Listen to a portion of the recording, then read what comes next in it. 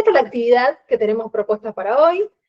Quienes vamos a dirigir esta actividad, o quienes vamos a facilitar esta actividad, somos, bueno, yo soy Rocío Hernández, también está acá Ariel Kraserlik. Ahora nos vamos a presentar un poquito, y bueno, básicamente es un poco lo que vino, nosotros estábamos vacacionando, estábamos en nuestro descanso, y no vamos a tener descanso, y vino a irrumpir nuestra vida cotidiana la nueva pirámide. Bueno, antes de comenzar, algunas aclaraciones importantes. Somos muchas personas conectadas al mismo tiempo. Si el audio o el video, justo lo que pasó ahora, se corta mucho, obviamente que en este caso fue problema de mi propia conexión, pero bueno, les pedimos que revisen la propia conexión antes de avisar por el chat para evitar saturarlo. Es posible que no siempre estemos de acuerdo en todo, la diversidad de miradas es parte central de los espacios académicos y del pensamiento crítico. Aclarar también que este no es un espacio de redes sociales, es una clase, es un ámbito formativo y profesional. Les pedimos que cuidemos también el intercambio, el lenguaje y las formas. Quienes estamos a cargo de esta actividad no somos personajes ni perfiles construidos para redes sociales, somos profesionales matriculados que dedicamos, la verdad, nuestra vida al estudio, a la docencia y al trabajo en salud. Sugerimos aprovechar este espacio, el acceso gratuito, este tipo de contenidos que está digerido y trabajado por personas que entienden de la temática. Hoy parece muy habitual porque tenemos mucha información dando vueltas y mucha accesibilidad a eso, pero bueno, no siempre fue así, y menos creo yo que no, que de un nivel como este. Gracias por estar acá, por su valioso tiempo, por el interés, y esperamos en la clase y que les lleven muchas herramientas, reflexiones y, sobre todo, como siempre decimos, más preguntas que respuestas. Bueno, ¿quiénes son?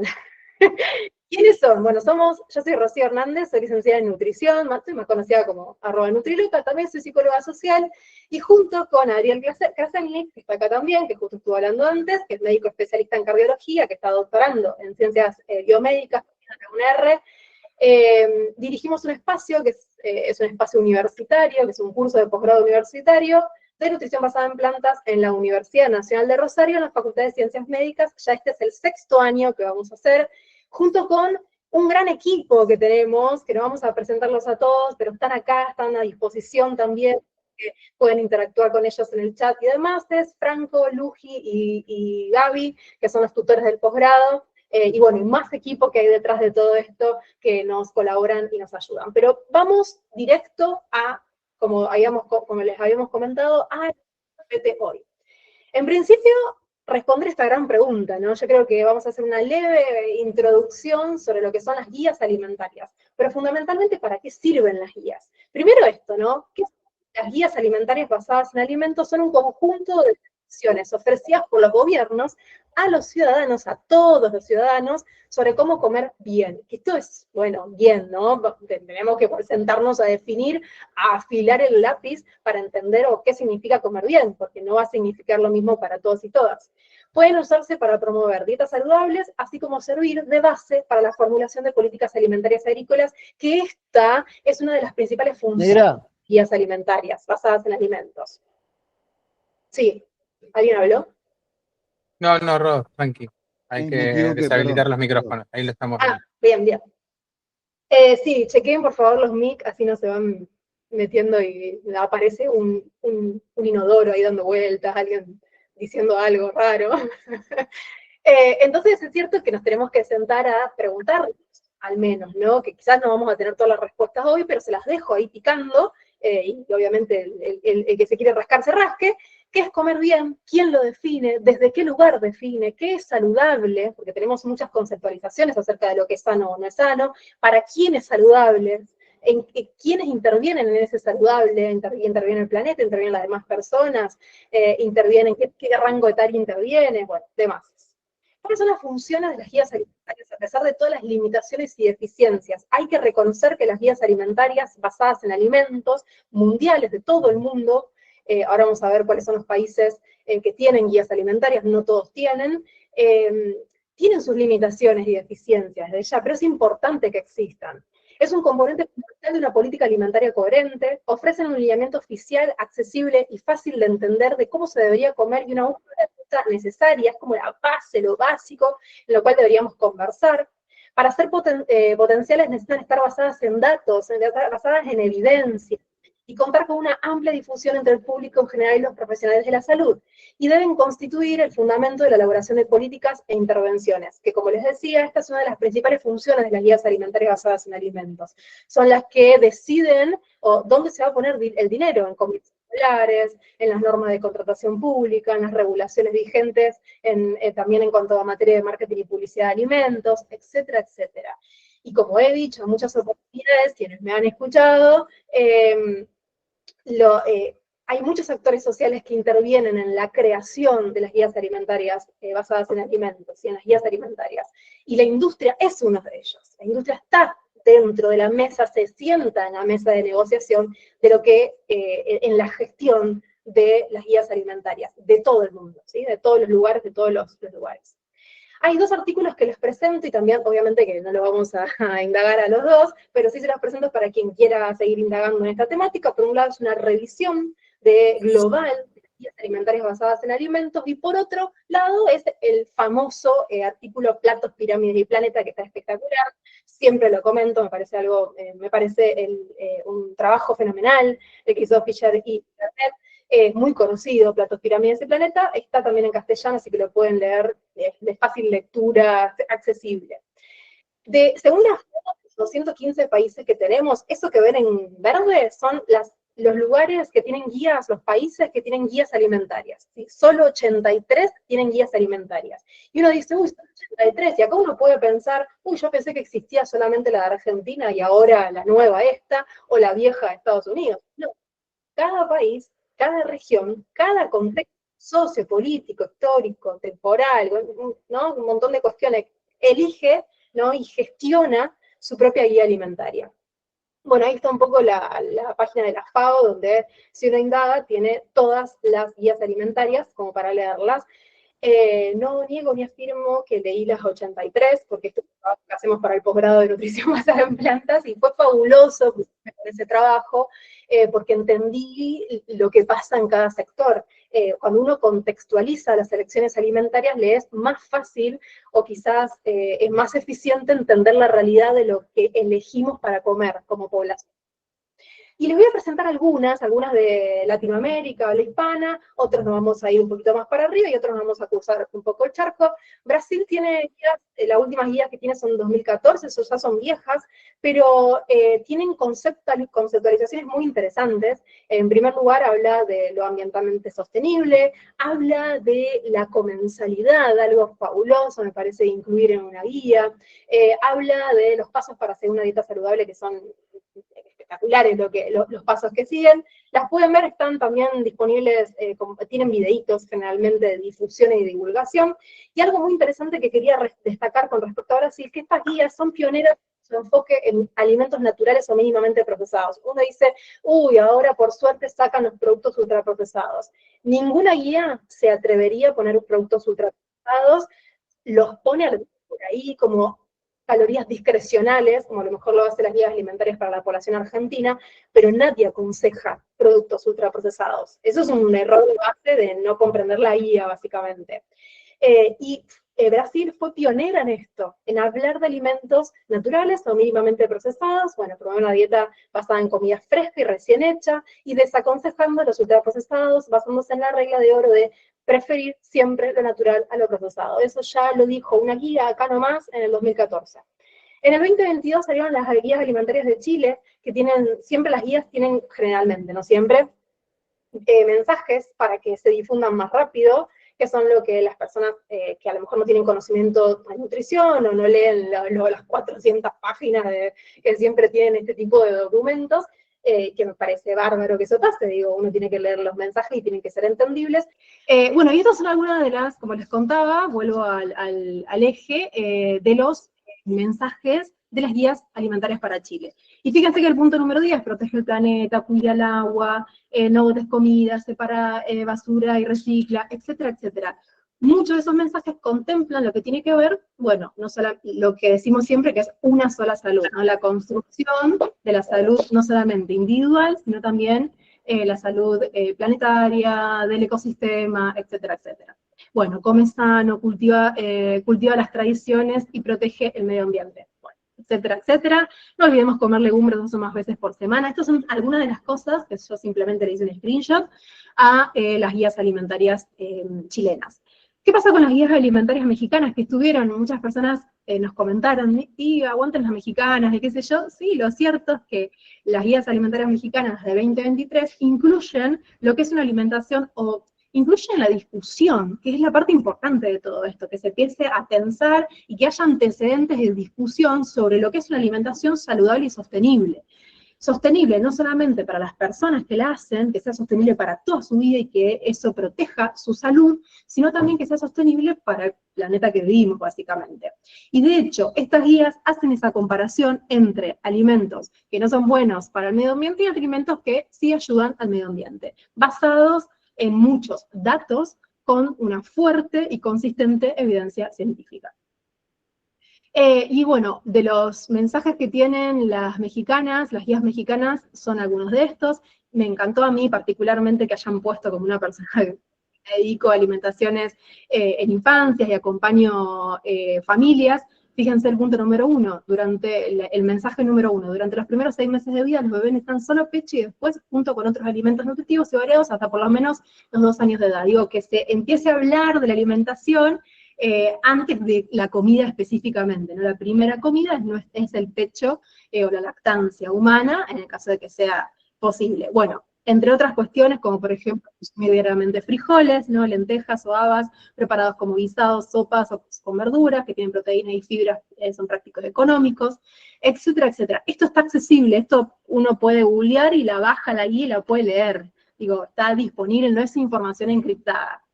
Y nos vamos un poco más para arriba, Canadá. Esta es una de las que revolucionaron en su momento. Me acuerdo apenas salieron, que a mí particularmente me llamaron de varios lados para hablarla, como pasó ahora, pero en este momento fue como muy revolucionario, en el 2019, donde también se habló, se empezó a hablar en Canadá sobre alimentaciones que propongan la sostenibilidad, ¿no? La sostenibilidad del planeta y demás.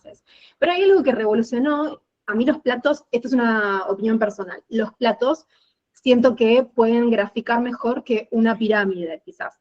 Los platos, en cuanto a la práctica profesional, creo yo que, si bien son gráficos, no es que todos los platos tienen que ser así de las personas que comen, sino que es algo gráfico y que tiene que estar distribuido a lo largo del día, pero nos da una noción de lo que debe estar de la propuesta en ese plato. Y algo muy interesante que vino a proponer Canadá en el 2019 es esto de incluir alimentos proteicos, pero dar diversidad de alimentos proteicos. No solamente que haya huevos, carnes y lácteos, sino también que exista la posibilidad de incluir tofu, de incluir proteínas vegetales, digo, que ¿no? Acá dice, comer proteínas, comer alimentos proteicos. Solamente si tenemos posibilidades podemos elegir. Si no tenemos posibilidades, no podemos elegir. Y otra parte interesante es esto, ¿no? De, como siempre, el medio plato, es decir, que gran parte de tu alimentación esté compuesta por colores, por frutas, por vegetales fundamentalmente, y la integralidad de ese plato, ¿sí? Los cereales integrales. Obvio que ni se habla de ultraprocesado, ni están, no se recomiendan, bueno, lo mismo que dije antes. Suecia, en el 2015, hay nuevas de esta, que son las que se basan en las recomendaciones nórdicas de nutrición, que también en el 2023 sacaron las nuevas guías que son increíbles, larguísimas, increíbles, que también están accesibles y disponibles, están en inglés, pero están espectaculares, y también hablan un poco de esto que está acá atrás, ¿no? De más de esto, cambiar esto y menos de esto, ¿sí? ¿Qué pasa con Argentina? Argentina está en proceso de revisión, al menos esas son lo que sabemos hasta el día de hoy, porque las guías que tenemos son en 2017. Mucho de lo que fue pasando a lo largo del tiempo, obvio que va a servir de antecedente para que se revisen las guías alimentarias para la población argentina, pero sin duda las tenemos. Tenemos guías alimentarias, y vuelvo a decir algo muy importante, que es lo que hacen las guías alimentarias, es que luego de eso, luego de esa gestión, mucho de las cuestiones económicas, políticas económicas se deciden detrás de esa recomendación oficial, de esa guía alimentaria. Por eso es tan importante conocerlas. No porque las vayamos a seguir, de hecho hay poca adherencia individual a las guías, porque las guías alimentarias no fueron pensadas para vos, fueron pensadas para todos, ¿sí? Para todos en conjunto, ¿no? Como algo colectivo. como algo poblacional, ¿sí? Y bueno, las guías alimentarias para la población argentina, hasta hoy, hasta el día de hoy, tenemos este plato donde el agua está en el centro, donde se incluye actividad física, donde se propone menos sal, donde hay medio plato de frutas y vegetales, y otras, y bueno, hay cereales, hay leguminosas, y obviamente una pequeña porción abajo donde se habla de estos alimentos a lo mejor más procesados y demás. Bueno, vayamos a las guías alimentarias para Estados Unidos. Acá estamos. ¿Notaron que en lo que mostró Rocío no hay ninguna pirámide? ¿No? Es interesante porque una de las cosas que se habló de esta guía es que invirtieron una pirámide, pero en realidad, como vamos a ver ahora, hace bastante ya que no hay pirámides en las recomendaciones alimentarias.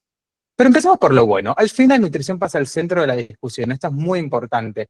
Y se recomiendan con más énfasis menos alimentos procesados y más alimentos naturales, aunque como Rocío les mostró recién, eso es una recomendación que ya se viene dando hace muchos años, incluso acá nomás, en un país limítrofe que nosotros en Argentina podemos ir sin pasaporte, como Brasil o Chile, ya tiene recomendaciones que nos hablan de esto, ¿sí? Pero bueno, nosotros siempre miramos hacia arriba, hacia el norte. Estados Unidos es un país muy importante política y culturalmente, y es inevitable que miremos para allá por una dominancia cultural muy grande, ¿no? En Estados Unidos, y aparte porque mucha de la evidencia que manejamos se genera en población de Estados Unidos.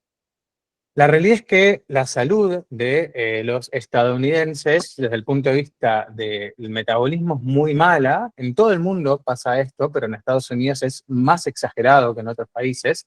50% de los estadounidenses tiene prediabetes o diabetes, 75% de los adultos tienen al menos una enfermedad crónica, y el 90% del gasto se va en salud, se va en enfermedades crónicas. Esto es del propio documento, esto es del sitio web, que es muy lindo, la verdad, de la guía de estas alimentarias de Estados Unidos. Acá vemos los nombres, lo vemos en un gráfico. Podemos ver que desde hace unos años los niveles de obesidad empezaron a bajar en adultos, en niños sigue subiendo. Esto se debe, paradójicamente, que está habiendo, como vamos a ver en un ratito, una mayor adherencia a las guías alimentarias y además, muy probablemente, al uso cada vez más extendido de medicación para la obesidad. Pero no nos vamos a meter en eso.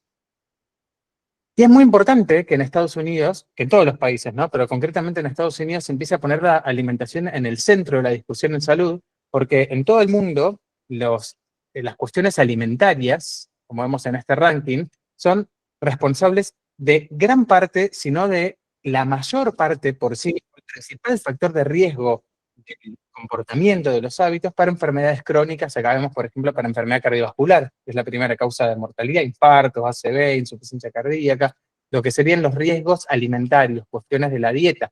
Se estima que alrededor del 40% de los casos de cáncer se podrían evitar con hábitos más saludables, sobre todo con hábitos nutricionales más saludables. Y esto también está extraído de las propias guías, de las nuevas, de estas que estamos analizando. La alimentación en Estados Unidos, que origina toda la energía que se consume, 2/3 proviene de alimentos altamente procesados, ¿sí? Que son lo que podemos decir ultraprocesados, aunque no es una definición tan estandarizada por hoy, ¿sí? Pero todos entendemos a qué nos referimos: galletitas, bizcochitos, panes industriales, comida rápida, carnes procesadas, golosinas, ¿eh? Y una parte muy pequeña de la alimentación viene de alimentos llamados frescos o naturales, que serían estos, ¿eh? Bueno, tranqui. Ahora vamos a empezar a analizar. Ya hablamos, Rocío les mostró recién por qué son importantes las guías, les mostró otras guías, porque no es que ahora aparecieron las guías alimentarias. Hay guías alimentarias de todos lados, incluso las nuestras en Argentina, pero hay guías excelentes como la de Brasil, que es espectacular, la de los países nórdicos, la de Canadá, la de Chile, la de México. Pero bueno, hoy seguro la mayoría de ustedes no conocía estas guías, pero sí escuchó las de Estados Unidos.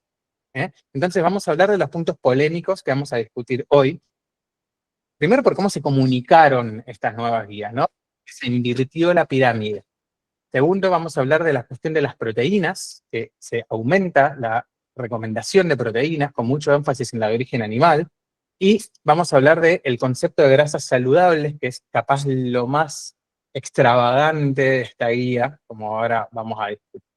Primero, cuando ustedes ven las guías, Ustedes seguramente leyeron esto, si es que leyeron algo, no tienen por qué haberlo hecho, ¿no? Pero este es el documento que es para público general. Está respaldado por las recomendaciones, que es un documento técnico, que tiene a su vez un documento técnico extra de más de 400 hojas, que son revisiones originales, y después tiene un documento chiquito que es de porción, una guía de porción. Bien, nosotros para armar todo esto, leímos todo esto, ¿no? Focalizándonos en ciertos puntos. Yo no leí 400 páginas de guía, porque tendré que haber estado un montón de días, pero sí leí las revisiones enteras de los puntos que vamos a tocar ahora, porque es la manera correcta para analizar, hay que hacer ese trabajo. Si no, no se puede analizar críticamente nada, hay que leer. Bueno, esta es la famosa pirámide alimentaria. Esto tiene más de 30 años, esto es de 1992, ¿sí? Y era una pirámide del US, del Departamento de Agricultura de Estados Unidos, y ahora nos presentan una pirámide invertida. Ahora vamos a analizarlo un poquito. Entonces, ¿es una pirámide invertida? ¿Se invirtió la pirámide? Bueno, sí, se invirtió en el sentido que había una pirámide que no se usaba hace un montón y ahora se invirtió. O sea, la figura es una pirámide invertida, pero no es exactamente lo mismo. Y esto se basa, cuando no, la realidad cada vez más se parece a una ficción, a un dibujito animado, en este capítulo de South Park que les muestro unos segunditos.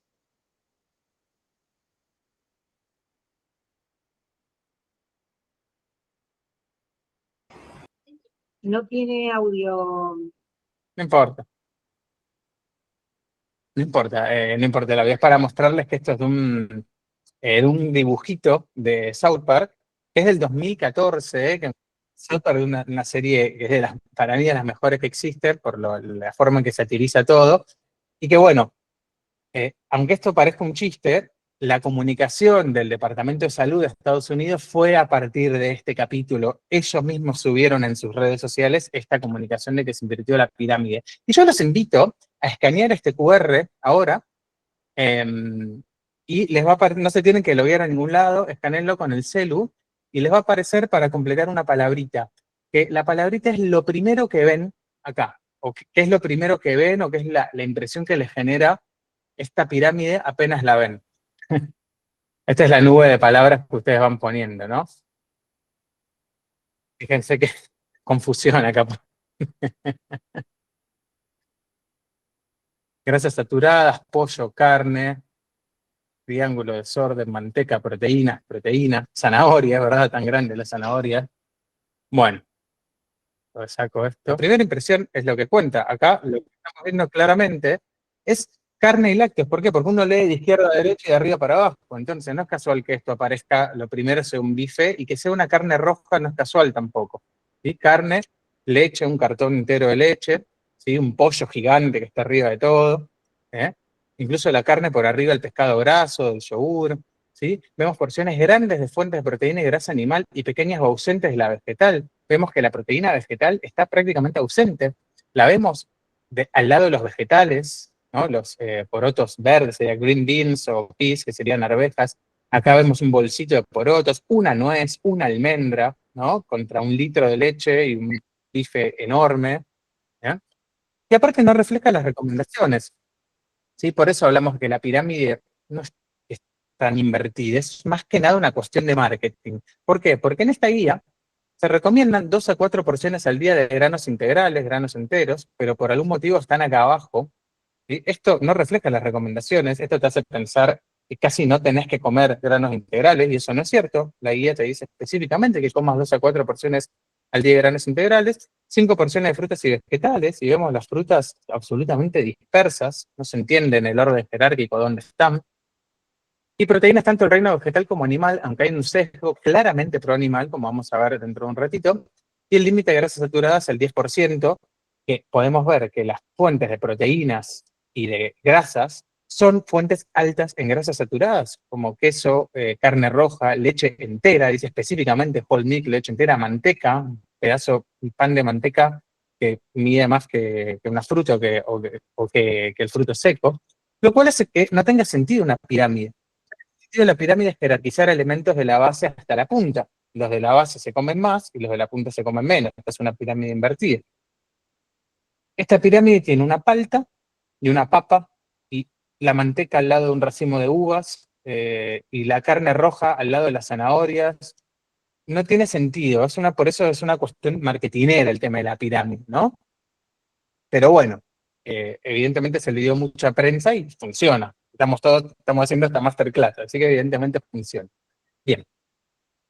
Y vamos a hablar de los puntos polémicos. Entonces, hablamos de la pirámide, hablamos de que es una pirámide invertida, pero más o menos, ¿sí? Porque no refleja las recomendaciones de verdad.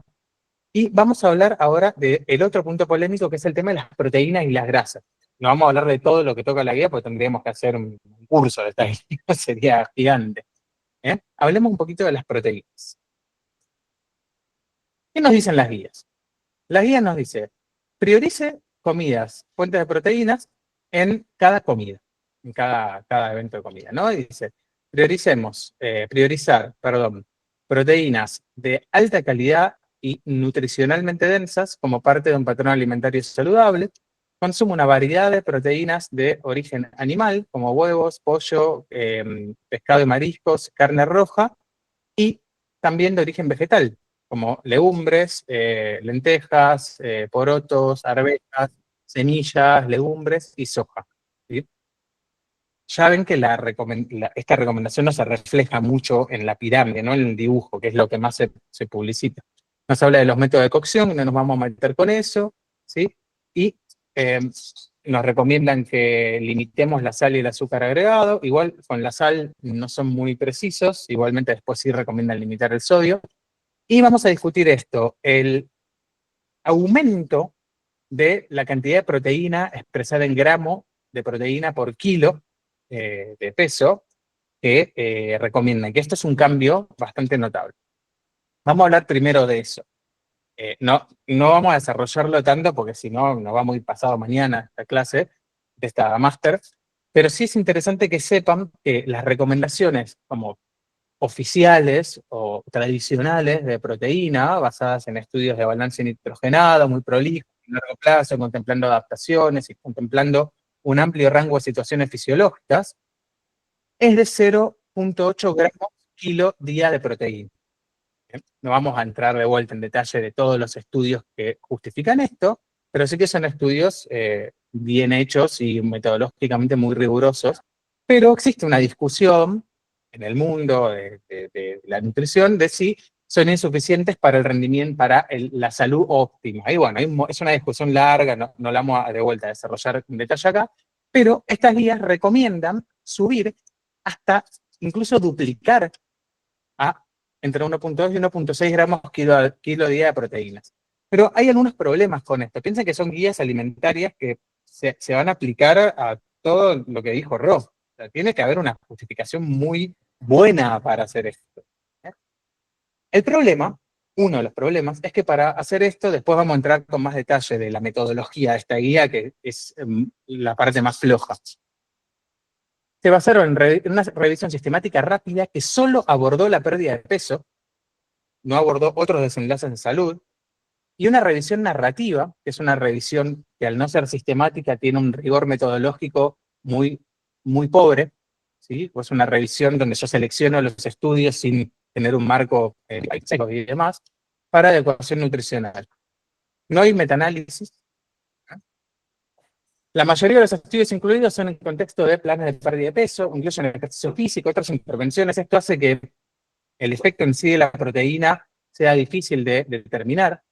No se analizan el efecto de las distintas dosis de proteína, digamos, de recomendación de proteína en enfermedades no transmisibles, lo cual es entendible a mi criterio, porque el problema de Estados Unidos y de la mayoría del mundo son las enfermedades no transmisibles. Infartos, diabetes, obesidad también, obviamente, enfermedad renal crónica, demencia, bueno, demás.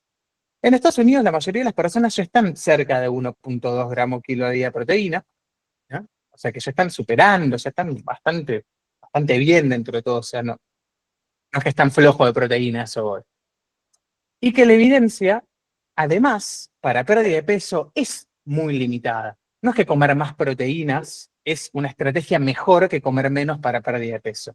Y esto te lo dicen las propias personas que hicieron las recomendaciones. Fíjate que este es del apéndice de ese documento de 418 páginas, Esta es la revisión en la que se basa, y se basa en una revisión sistemática rápida, estaban apurados, parece ahora vamos a hablar de eso, y una revisión narrativa, hecha por 2 personas. Y además, ellos te dicen que estas revisiones no están diseñadas de ninguna manera para evaluar o proponer cambios en la IDR, en la dosis recomendada diaria de proteínas. Pero las guías hacen eso. Y aquí empezamos a ver, lo llamamos un mismatch, un desacople, algo que los que hacen las recomendaciones científicas escriben, pero que después no se traduce en las guías. Y en un rato vamos a hablar de eso, porque una cosa son las guías que publican y otra cosa es la ciencia que las basa. Pueden ir de la mano o no. Hasta estas guías iban bastante de la mano, bastante. Estas guías, bueno, hicieron para mí una chanchada desde el punto de vista metodológico. Fíjate, por ejemplo, lo que nos dice. Al no ser metaanálisis, tenemos este tipo de análisis, que ni siquiera tiene significancia estadística. Nos dicen que 11 de 30 estudios mostraron mayor pérdida de peso con dietas más altas en proteína. Yo pienso, o sea, 63% no demostraron superioridad. Y todo esto no tenemos significancia estadística, ni tenemos magnitud de efecto, nada. Esto así, está expresado así, por eso yo se los recorté. Y nos habla de estas cosas. Ninguno de los estudios con menos proteína demostró ser superior, pero bueno, no ser peor no es lo mismo que ser mejor. Y pensé que acá estamos hablando de cambiar la IDR, es muy importante. Y por otro lado, más allá de todos esos problemas, tenemos un claro énfasis en la proteína animal. Cuando ustedes entran a la página, es muy linda del diseño, la verdad, y empiezan a hacer scroll para abajo, como yo estoy haciendo ver acá en este video, ven que lo primero que aparece en proteína, lácteos y grasas saludables es esto: la carne, el pollo, el queso. Acá mandaron a las legumbres arriba, pero en realidad estaban abajo, ¿sí? Y las proteínas vegetales casi que ni están, ¿sí? Están al lado de los vegetales, está al lado del brócoli, por ejemplo. ¿Qué pasa? Las proteínas de origen vegetal se vienen recomendando muy fuertemente porque hay una tonelada de evidencia científica que nos muestran que tienen beneficios. Ellos, en esta guía, nos regalan solamente este párrafo. Esto es todo lo que el documento dice de proteínas vegetales. No hay ni una referencia, primero. Y nos dice, las legumbres, semillas, productos de soja, frutos secos, etcétera, aportan proteínas, también aportan fibra y fitoquímicos. Comparado con las de origen animal, tienen menos aminoácidos esenciales, ahora Rocío les va a hablar de eso, pero proveen otros beneficios como más magnesio y más folato. La cita te la debo. Ensayos clínicos de corta duración muestran que mejora la sensibilidad a la insulina cuando proteínas vegetales como la soja reemplazan carbohidratos refinados o azúcares agregados, sin cita. ¿Sí? Y que puede haber problemas nutricionales en las dietas solo basadas en plantas, que veganas serían, ¿no? Eso es lo que nos dicen de proteína vegetal. Cuando yo leí esto, estudiándose tanto las proteínas vegetales, yo tengo muchos stickers de Rocío, digo, esto es lo que tenés para decir de proteínas vegetales, y nos dicen también que no está claro por qué las guías alimentarias previas incluyeron cambios en las recomendaciones de proteínas para limitar las proteínas de origen animal en pos de fomentar las proteínas de origen vegetal. También tengo algunos otros stickers, y literalmente hay un montón de evidencia. Por ejemplo, las guías, el comité científico, que después vamos a ver qué pasó con este reporte, que en el 2025, el año pasado, hizo una revisión gigante que duró 4 años, revisando toda la evidencia científica para estas guías, que al final todo este trabajo se desestimó. Hicieron toda una serie de revisiones sistemáticas, ¿sí? Que están públicas. Hicieron 3 tipos de metodologías: análisis de datos estadísticos, como los censos, las encuestas nacionales, revisiones sistemáticas y modelados de patrones alimentarios, y llegaron a la conclusión de que la evidencia es muy consistente en que los patrones alimentarios más saludables para personas de 2 años en adelante es altas en vegetales, frutas, legumbres, granos enteros, semillas, frutos secos, pescado y comida de origen marino, y aceites vegetales, y más baja en carnes rojas y procesadas, azúcares agregados, granos refinados y grasas saturadas. ¿Sí? Y nos dicen, además, que las legumbres deberían pasar el grupo de alimentos proteicos y que no solo eso, propone que deberían ser la primera fuente de alimento proteico, la primera proteína, ¿sí? En este orden, legumbres, frutos secos, semillas y soja, pescado y mariscos y por último carnes, aves y huevos. Así que fíjense que sí, no solo hay evidencia, hay una tonelada de evidencia para esto. Sin embargo, hacia el final de esta máster vamos a verlo, para estas guías, todo ese documento, que ahora les voy a mostrar más en detalle qué consistió, gran parte de esas recomendaciones no les dieron bola. Fíjense que el panel científico del 2025 recomendaba enfatizar las proteínas vegetales y estas guías le dijeron no. Y vamos a ver después, entender por qué le dijeron que no. Por último, nos dicen que las proteínas de origen animal parecen tener efectos neutros o incluso mínimamente beneficiosos en la composición corporal, la glucemia, el perfil de lípido, de vuelta sin poner cita, y que algunas observaciones, estudios observacionales, que relacionan el consumo de carne con enfermedades crónicas son inconsistentes y podrían estar relacionados a los tipos de carne procesada. Este párrafo, para mí y para la comunidad científica que se basa en evidencia, es inaceptable. Y estas son las referencias. Una de estas referencias, y que así nos ponemos en la lupa, ¿sí? Ven que tiene estos numeritos, estas son referencias. Vamos a ver una de ellas. Esta es una revisión sistemática del año 2024 de ensayos clínicos que nos muestran que el consumo de carne roja, cuando se lo compara con otros tipos de proteínas, de alimentos ricos en proteína, no aumenta el riesgo no aumentan los factores de riesgo cardiovascular. Por ejemplo, el colesterol, o la presión, o el perímetro de cintura, etc. Pero ¿qué pasa? En esta revisión, fíjense, la gran mayoría de los estudios, prácticamente todos, comparan la carne, beef es carne roja, carne de vaca, contra otra fuente de carne, pollo o pescado. Beef contra pollo o pescado. Contra cerdo, pollo, pescado. Contra pollo, contra pollo, contra pollo. Contra carbohidratos refinados, incluso. Esto no se puede entender también sin ver que el financiamiento de estos estudios son de la industria cárnica y que no solo eso, porque eso en sí no es solamente un argumento, es que el sponsor tuvo injerencia en el diseño del estudio. Eso está mal, ¿sí?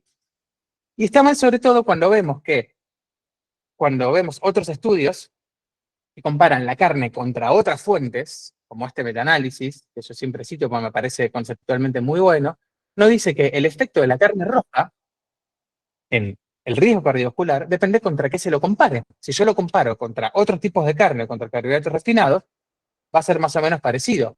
Pero cuando yo lo comparo contra fuentes de proteínas vegetales de alta calidad, como frutos secos o legumbres, la carne roja aumenta los factores de riesgo cardiovascular, sobre todo el colesterol LDL. Y este estudio también tiene diversas fuentes de financiamiento, pero están un poquito más balanceadas, ¿sí?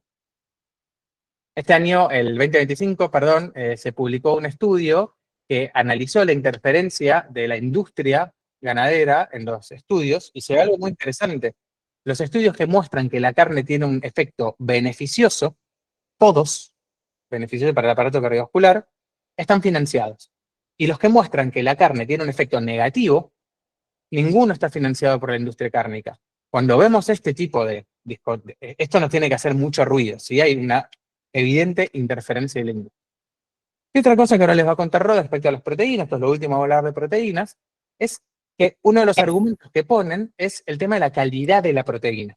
Y acá me gustaría, vos, Rod, que nos hables un poquito de esto de la calidad de las proteínas vegetales, qué quiere decir esto, ¿sí? ¿Qué onda con las proteínas vegetales? Esto no es una clase de proteínas, lamentablemente, me encantaría que así sea, pero al menos como para acercarles un poco de información sobre esto de las proteínas completas e incompletas. Muchas personas quizás nunca se cruzarán con esta información, otras personas quizás solamente contemplan la parte de la complementariedad o la ineficiencia o el bajo valor biológico que tienen las proteínas vegetales. Bueno, vamos a ver un poco de qué se trata todo eso. Fundamental, entender cómo medimos la calidad de una proteína, que se mide por medio de dos aspectos fundamentales. Por un lado, la presencia y proporción de aminoácidos esenciales, Y por otro lado, la digestibilidad, es decir, cuánto de esa proteína se va a absorber realmente, no solamente contemplamos la composición química específica de un determinado alimento y cómo se comporta ese alimento, esa matriz alimentaria, porque recuerden que no consumimos proteínas aisladas, salvo que se compren proteínas aisladas que venden, comemos alimentos que tienen un montón de cosas adentro, ¿sí? Es una matriz alimentaria. Y por otro lado, la digestibilidad. Bueno, esta calidad es la capacidad de esa proteína o de una mezcla de esas proteínas para cubrir los requerimientos de una persona, ¿no? De un individuo. Aminoácidos esenciales se dividen en tres: indispensables o esenciales, dispensables o condicionales. Los indispensables son, o los esenciales son aquellos que debemos incorporar porque, hablando mal y pronto, nuestro cuerpo no los puede fabricar o no los puede sintetizar de la manera en la cual lo necesitamos. Tenemos distintos métodos para medir la calidad de las proteínas. Algunos que son muy viejos y otros que son más nuevos, y que algunos inclusive están en experimentación, están cada vez más arrimando el bochín de la ciencia para acercarnos más información sobre esto. Los biológicos, que son los viejos, por eso cuando hablamos de alto valor biológico, es porque nos quedamos medio, ¿no? medio obsoleta la discusión. Es un método viejo para medir la calidad de las proteínas en alto y bajo valor biológico. ¿Sí? El PER, que es el coeficiente de eficacia proteica, el valor biológico, y el NPU, que es la utilización neta de proteínas. Y por otro lado, los químicos, que son los que más usamos en la práctica cotidiana, como para decir, sí, mira, tal alimento, ejemplo, agarramos el tofu tiene proteínas. ¿Por qué? Porque tiene tal y tal y tal. ¿Por qué? Porque tiene determinada digestibilidad. O sea, asociamos la calidad, es decir, presencia y disposición de aminoácidos esenciales, junto con la digestibilidad de ese alimento.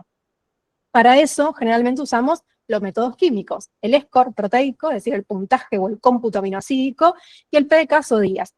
Las personas que a lo mejor no están en el palo de nutrición, capaz que no entienden nada de lo que estoy diciendo, no importa, finjan demencia, porque después de esto vamos a seguir con algo que sí les va a servir un montón, pero quiero que sepan, no puedo seguir avanzando sin situar esto, y obviamente las personas que ya son dentro del palo ya quizás lo conocen, o quizás, como yo, cuando hace 15 años me recibí, no lo conocía todo esto, ¿no? Simplemente decía, alto valor biológico, bajo valor biológico, y el resto que se muera, una cosa así. Esto de la Universidad de Minnesota lo coloco simplemente para entender los movimientos, digo, los patrones de colores con respecto a los aminoácidos. A la izquierda tienen los aminoácidos esenciales y los no esenciales a la derecha. Acá en este lado tienen los alimentos de origen animal. Siempre se dice, ¿no?, que el huevo tiene la proteína patrón. ¿Por qué tiene la proteína patrón? Porque o la mayor calidad, porque se relaciona con la proteína de tabla, la proteína entablada, así como le decimos nosotros. La calidad y la cantidad de aminoácidos que tiene es muy parecida, o se ajusta más a la de mayor valor, ¿sí? Después en la práctica no importa mucho eso, lo que importa es todo lo que vas a comer durante el día, en realidad. Pero bueno, alimentos animales, bueno, acá están las legumbres, los granos, las lentejas, acá están los granos, acá están los frutos secos, los vegetales, las frutas y los hongos, que son un mundo aparte. Pero fíjense la presencia, simplemente evaluamos presencia. Acá no estamos hablando de digestibilidad, presencia de aminoácidos. ¿Hay aminoácidos esenciales y no esenciales en el reino vegetal? Claro que lo hay. Decir eso es ir en contra de la química o la bioquímica específica de los granos, de los cereales, de los frutos secos y demás.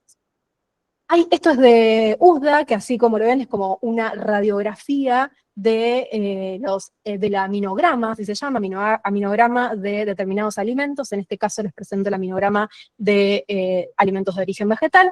Y voy a esto porque siempre aparece esto, ¿no? Como, bueno, los cereales en general tienen un poquito menos, en cuanto a aminoácidos esenciales, un poquito menos de lisina. De hecho, esto se ve acá y se grafica en este cuadradito, ¿no? Ese ladrillito que le está faltando al arroz, y las lentejas son un poquito más deficientes según la proteína de referencia, proteína de proteína patrón o proteína de tabla, un poquito más deficientes en metionina y cisteína, que son los aminoácidos azufrados. Por eso, históricamente se ha dicho que si tenemos una alimentación donde se combinen diversidad de alimentos, ya sea cereales con legumbres o todos, ¿no? Porque vegetales, nueces y demás, ¿no? Frutos secos y demás, esto va a lograr que haya una complementariedad proteica. ¿Hay que completar el mismo plato? No, no hace falta. En algunas personas sí está bueno hacerlo. No es que tenés que la sentencia a muerte, ¿no? Si no consumís carne, tenés que comer lentejas de arroz para toda tu vida, en todos tus platos. No es así. Hay algo que se llama balance, ¿no? Nitrogenado, que va ocurriendo a lo largo del día. Y esto es una cuestión, no es anécdota, digo, es una cuestión de datos que tenemos, sino ya no son zombies las personas que comen plantas. Y no digo solo plantas, porque a veces pensamos, nos vamos como al veganismo, nos vamos a la alimentación basada en plantas al 100%. Recuerden algo muy importante, las nutriciones basadas en plantas son aquellas que tienen un consumo predominante de plantas. No estamos hablando de nada, ¿sí? de origen animal, estamos hablando de un consumo predominante de plantas. Creo que es la primera conversación que siempre tenemos que tener. Eso por un lado con respecto a la disposición de aminoácidos esenciales. Existen, ¿sí? Ahora, bueno, lo que decimos siempre, ¿no? Bueno, ¿cuánto se absorbe de todo eso? Este cuadrito me parece espectacular. Hay un dato muy espectacular que tiene que muchas veces se lo desestima porque nos fijamos en otras cosas. Esta es la proteína, la fuente proteica, y esta es la digestibilidad real, ¿no? El porcentaje de digestibilidad real. Y hay un dato acá que a mí cuando lo vi me acuerdo que me llamó mucho la atención, y justo ahora que estamos hablando de esto se los menciono. Acá está la dieta americana mixta, que en realidad no es la dieta yankee, no es la dieta ni norteamericana ni nada, la dieta yankee básicamente, que dice que tiene una digestibilidad del 96%. Yo siempre les pregunto a mis alumnos, les pregunto a mis colegas siempre, que algo tenga mucha digestibilidad. ¿Es bueno de por sí solo? Y yo ya les voy a spoiler la respuesta, le diría que no. No necesariamente. ¿Por qué? ¿Qué está faltando? ¿Qué indicador tenemos ahí? ¿Qué nos está faltando? Algo fundamental que es la fibra, ¿sí? Que es la fibra, o que son las frutas, los vegetales, otros componentes que está bueno que estén en la dieta para inclusive interferir en esa digestibilidad, ¿sí? Que algo se absorba al 100, no necesariamente, no en todas las personas y no en todo el ciclo vital, es importante o fundamental. Sí sabemos que dentro de la digestibilidad de proteínas de origen animal se absorben muy bien, eso ya lo sabemos, no hay discusión, y dentro de las del reino vegetal tenemos entre un 70, 80, 85, dependiendo de muchos factores. Esos son los factores sobre los cuales quienes nos especializamos en nutriciones, ¿no? Alimentaciones bien amplias, ¿no? Basadas en plantas, corroboramos científicamente para que la persona pueda absorber eso que come, claramente. Después tenemos esto que tenemos el cómputo, les comenté recién, el cómputo aminoácido, es decir, la fotografía, ¿no? de la cantidad o el tipo de aminoácidos que tiene un determinado alimento. Luego pasamos a la cuenta, ¿sí? El PDCAAS es la puntuación de aminoácidos corregida por digestión de las proteínas. El PDCAAS y el DIAS es de lo que más usamos para hacer recomendaciones, es decir, los que tienen altos puntajes son aquellos alimentos que más recomendamos en alimentaciones más basadas en plantas. ¿Cómo se obtiene? Con el puntaje ese puntaje, ese numerito que nos da, no quiero entrar en detalle de esto porque es un montón, y lo multiplico por la digestibilidad, lo divido por 100. Esto está calculado. Yo particularmente lo calculo, porque esto se puede calcular, me gusta hacerlo inclusive, me parece bárbaro poder calcular el PDCAAS de un alimento o de la digestibilidad, me especializo en eso, pero también lo podemos encontrar en tablas, ¿sí? Quizás con menos precisión, pero lo podemos encontrar en tablas. Y acá tenemos algo importante. Decíamos entonces, presencia y disposición de aminoácidos, el score, y el PDCAAS, eso que se digiere, eso que se absorbe, mejor dicho. Bueno, obvio, reino animal, todo allá arriba. Pum, pum, todo allá arriba. Score altos, PDCAAS altos. Reino vegetal, que lo tenemos acá a la derecha, está todo mucho más bajos, excepto en el garbanzo y la soja. Muchos de ustedes probablemente se van a desayunar que el garbanzo tiene un muy buen score, es decir, que la presencia de aminoácidos esenciales están muy parecidas a la proteína patrón o a la composición aminoácidica de algo de proteína patrón. Lo que sí tiene, obvio, cuestiones que afectan a su digestibilidad. Por eso trabajamos tanto en cuestiones que no afecten tanto a la digestibilidad. Y hay otro dato acá interesante que pasa con los frutos secos que están acá, que uno dice, uy, mirá, qué malos que son, con las proteínas, los frutos secos. Bueno, nadie come un plato de frutos secos con salsa, no es una recomendación que hacemos. Los frutos secos los incorporamos por sus ácidos grasos esenciales, porque son fabulosos, porque le aportan variedad a la alimentación, y además, como si fuera poco, también tienen unos aminoácidos interesantes con un PDCAAS más o menos, pero no importa. Por eso decimos que en la variedad alimentaria, que en la buena planificación alimentaria se puede obtener aminoácidos esenciales con una muy buena digestibilidad, y se puede seguir alimentaciones basadas en plantas al porcentaje que se decía llevar. Dice, puede comer más plantas y obtener nutrientes a partir de ellos. De hecho, tenemos más tablas acá, score, PDCAAS, aminoácidos, limitantes y demás. Bueno, se los dejo acá lo van a tener después seguramente grabado. ¿Qué pasa? Tener en cuenta, y ya con esto termino con esto, obviamente quienes son profesionales de la salud, está bueno que indaguen más sobre esto para que no nos quedemos en los mitos dando vuelta, porque si no al final le decimos, muchas veces la persona que se nos acerca a pedir información sobre esto, no está queriendo nuestra opinión. A veces sí, pero a veces no. A veces simplemente dice, no, mira, yo hace 10 años que como basado en plantas, por favor, ayúdame a planificar mejor mi alimentación. Punto. Y sabemos que se puede. Esa posibilidad, ¿cómo hacemos nosotros para que sea posible? Y formándonos para hacerlo posible. Una de las cosas que yo siempre, esto para público general, para toda la persona que esté acá, me parece que son 5 cosas que quise resumir para tener en cuenta con respecto a la incorporación proteica o a la planificación alimentaria en alimentaciones más basadas en plantas, cubrir calorías. ¿Sí? Cada vez, cuando cubrimos calorías, cubrimos proteínas, o al menos protegemos a las proteínas, ¿sí? No quemamos a las proteínas. Fuentes proteicas diariamente, identificar aquellas fuentes proteicas de reino vegetal, si se consume de reino animal se pueden combinar, digo, pero identificar fuentes proteicas diariamente, aquellas que realmente vengan a sumar un buen conteo, un buen PDCAS, sí, un buen PDCAS a la alimentación. Punto número 3, elegir cereales o cereales proteicos. No se trata de comer arroz blanco todos los días o fideos con salsa y nada más, porque eso seas vegano, vegetariano, extraterrestre o cualquier posicionamiento alimentario. Si te alimentas a fideos, a papas fritas, a gaseosa y a Oreo, vas a enfermar. No importa la posición, no importa el posicionamiento alimentario que tengas, es importante incluir nutrientes. Y elegir pseudocereales o aquellos cereales que sean integrales, ¿no? Y que sean proteicos e identificarlos y combinarlos bien, también es una buena decisión.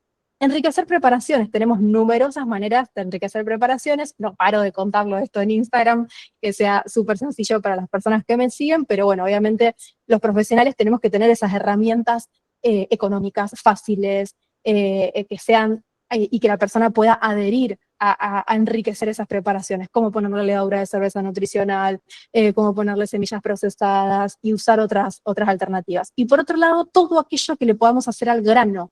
El grano, previamente, esto, ¿no? Aquí tiene antinutrientes, sí, obviamente, tiene determinados compuestos que pueden llegar a alterar la biodisponibilidad de los nutrientes específicos que están en ese grano. Ahora, nadie come un garbanzo crudo, estarían muy contentos los odontólogos. Nadie lo va a comer para romper un diente.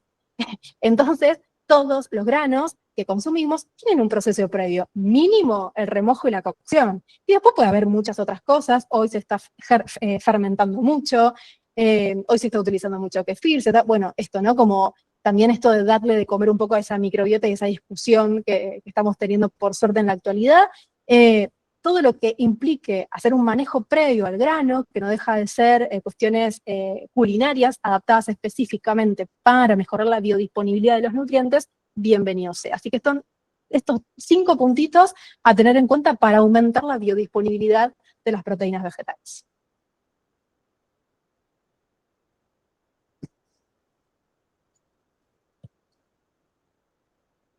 Bueno, ¿cómo estamos hasta acá? Pueden dejar sus comentarios ahí en el chat, ¿sí? Nos queda todavía un tramito, ¿sí? Vamos a hablar del tercer punto polémico, hablamos entonces de la pirámide invertida, hablamos de proteínas que le dimos un desarrollo tal vez un poco más teórico del que tendría que haber sido, pero creo que es importante, sobre todo acá hay muchos estudiantes de Nutri, profesionales que por ahí esta última parte que fue más técnica la van a conocer y aprovechar un montón. Desde ya, como decía Rey, mucho más para hablar.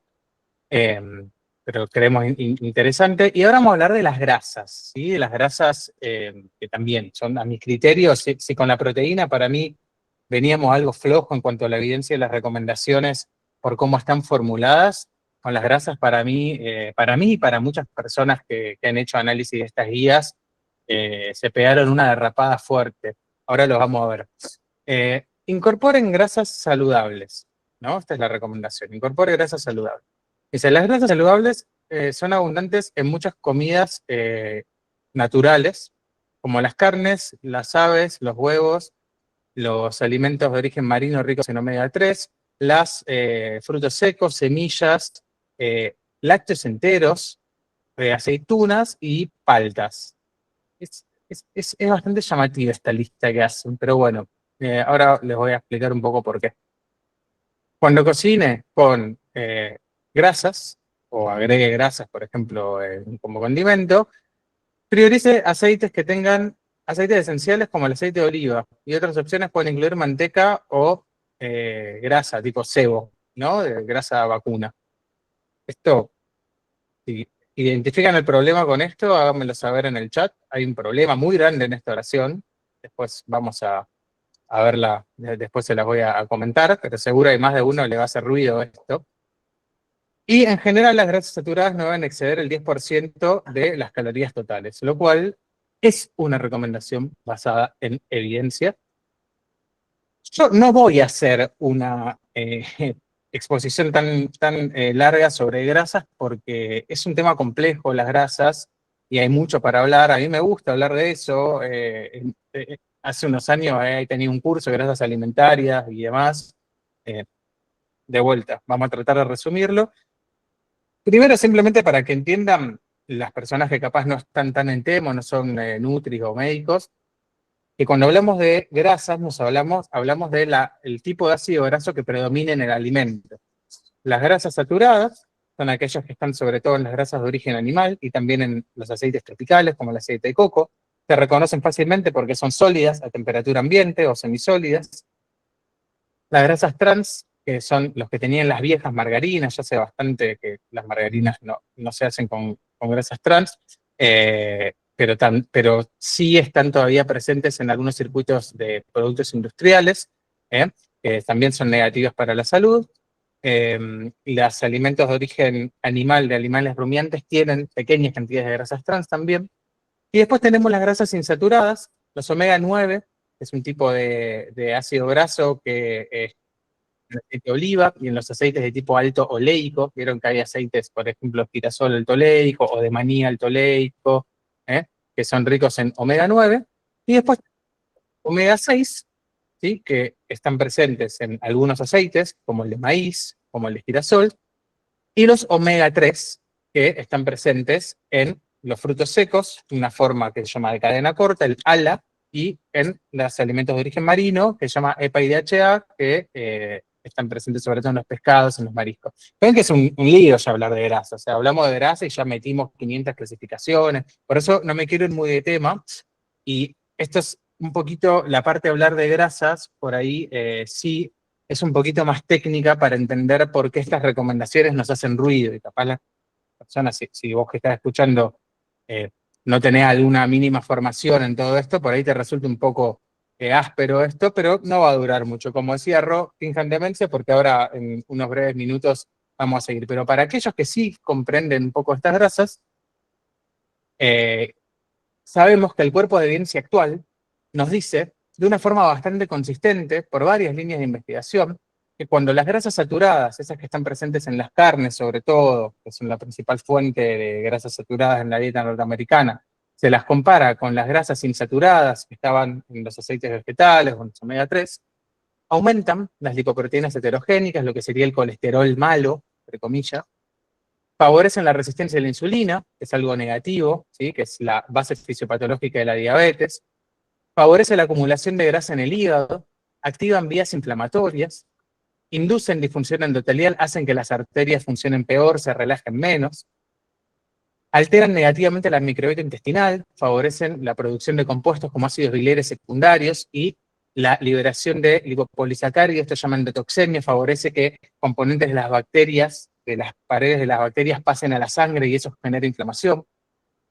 Y se asocian a mayor riesgo de enfermedad cardiovascular, cuando se las compara con las grasas insaturadas, ¿sí?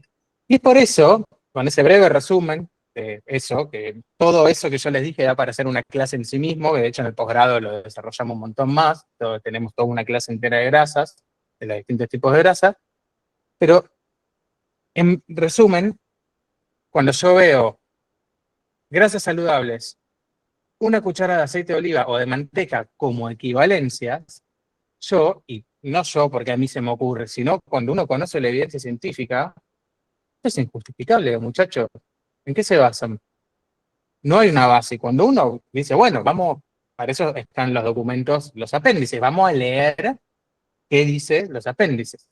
Bueno, estos son algunos estudios que nos muestran cómo análisis de sustituir manteca por aceites vegetales reduce las enfermedades y la mortalidad por distintas causas. O sea, sería mejor sacar a la manteca y meter aceites vegetales. Estos son algunos estudios nada más, se les paso rápido, para entender que esa equivalencia es injustificable. Y también tenemos análisis de ensayos clínicos que nos hablan en el perfil de lípidos, ¿sí?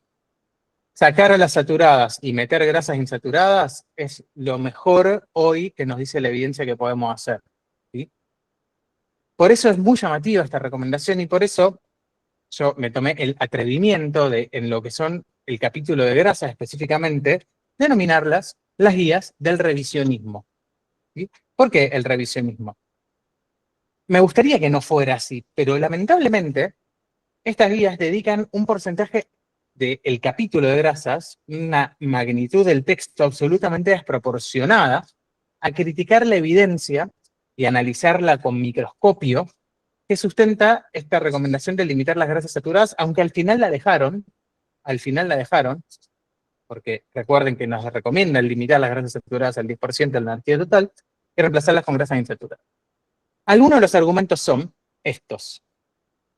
2, 3 diapositivas que son un poquito técnicas. Estas son para, si vos, seguro de las 200 y pico de personas conectadas, hay alguno, al loquito como yo, que le gusta leer esas cosas, seguro conoce estos argumentos. Nos dicen que la asociación de las grasas saturadas con la enfermedad cardiovascular no es consistente en estudios observacionales. Pero ¿qué pasa? Hay muchas limitaciones.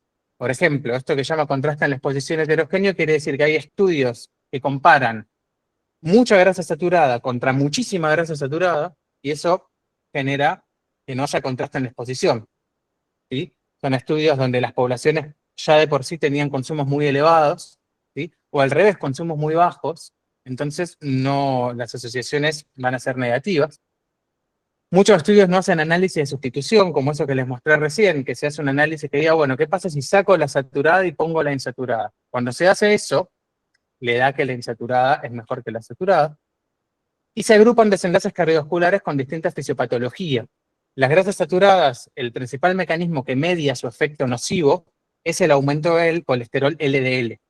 Y si yo, en un metaanálisis, junto enfermedad cardiovascular aterosclerótica, que el LDL la causa, la aumenta, y la hemorragia intracerebral, que el LDL la reduce, me va a dar resultados inconsistentes, incluso puedo encontrar asociaciones protectoras de la grasa saturada con enfermedad cardiovascular.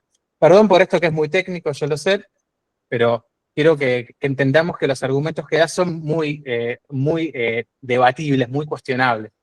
Habla de sesgos de inclusión en metaanálisis y ensayos clínicos, cita a uno de los más revisionistas de todos en este tema, que se llama Ramsen, ¿sí? Que el tipo lo que hizo fue agarrar estudios de la década del 50 y del 60, y medio que los desempolvó y vio resultados de autopsias de personas y dijo que estos estudios no se habían incluido y que en realidad le daban mal a los aceites insaturados. Bueno, pero hubo buenos motivos para no incluirlos en los metaanálisis, ¿sí? Esto yo se los voy a dejar, no lo quiero desarrollar porque les voy a quemar mucho el coco, ¿sí?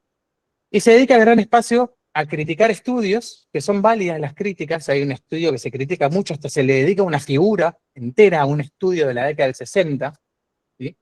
Y se habla de algunas especulaciones, por ejemplo, que los omega 6, los aceites altos en omega 6, como el aceite de maíz o el girasol, podrían generar daños oxidativos al calentarlos. Que eso es cierto, hay estudios que analizan eso y todo, pero todavía no está claro cómo se relaciona eso con enfermedades. ¿Bien? Y hay datos que nos muestran, que ellos ponen, es una investigación, una hipótesis, que ellos muestran que los niveles más bajos de omega 6 podrían ser un marcador de resistencia a la insulina, y esto podría explicar por qué le da bien a los estudios que hablan de que el omega 6 se asocia con protección de diabetes o enfermedad cardiovascular. Pero bueno, es una hipótesis, digamos, no se puede desestimar la evidencia mucho más sólida basada en eso. Ya terminamos con ese análisis, sé que es muy técnico y no lo vamos a seguir desarrollando, pero el mensaje que me gustaría transmitirles es que en ningún momento se da este mensaje ¿sí? De reemplazarla por litros y litros de aceite de girasol a los alimentos altos en grasas saturadas. El mensaje que se da y que se da en la mayoría de las guías es que las grasas saturadas, provenientes de, por ejemplo, la manteca, o las carnes o lácteos enteros, podrían reemplazarse por grasas insaturadas, sobre todo de alimentos naturales, como los frutos secos, las semillas, las paltas, los aceites vegetales también, las semillas, ¿eh? Y hasta ahí llegamos con las grasas. Fíjense que hasta ahora no hablamos mucho de fibra, porque la verdad es que las recomendaciones de fibra de estas guías son prácticamente inexistentes. Nos hablan de fibra solamente en el contexto de los granos integrales, y la fibra es un nutriente claramente deficitario. No quería dejar de poner esta diapositiva. Bueno, vamos a hacer ahora vamos a seguir con algunas cosas que habían comentado en el chat. Que ahí habían dicho que sería interesante hacer un análisis como capaz más filosófico, político, sin entrar en cuestiones obviamente partidarias y demás, pero es muy interesante lo que hay detrás de estas recomendaciones, ¿no? Bien. Perfecto. Bueno, ¿todo bien por ahí? ¿Algo en el chat para hablar? Bien. Veamos qué hay detrás de estas recomendaciones y vamos a hablar de algunas premisas en las que se basan las Dietary Guidelines for Americans, o sea, las guías alimentarias para los Estados Unidos del 2026. La primera, y que lo dicen explícitamente, es que las recomendaciones pasadas eran incorrectas y que fueron la causa de los problemas de salud actuales. Y esta afirmación, que se hace de una forma incluso dejando entender que hubo un consejo hasta malicioso, como una mala intención de las administraciones anteriores,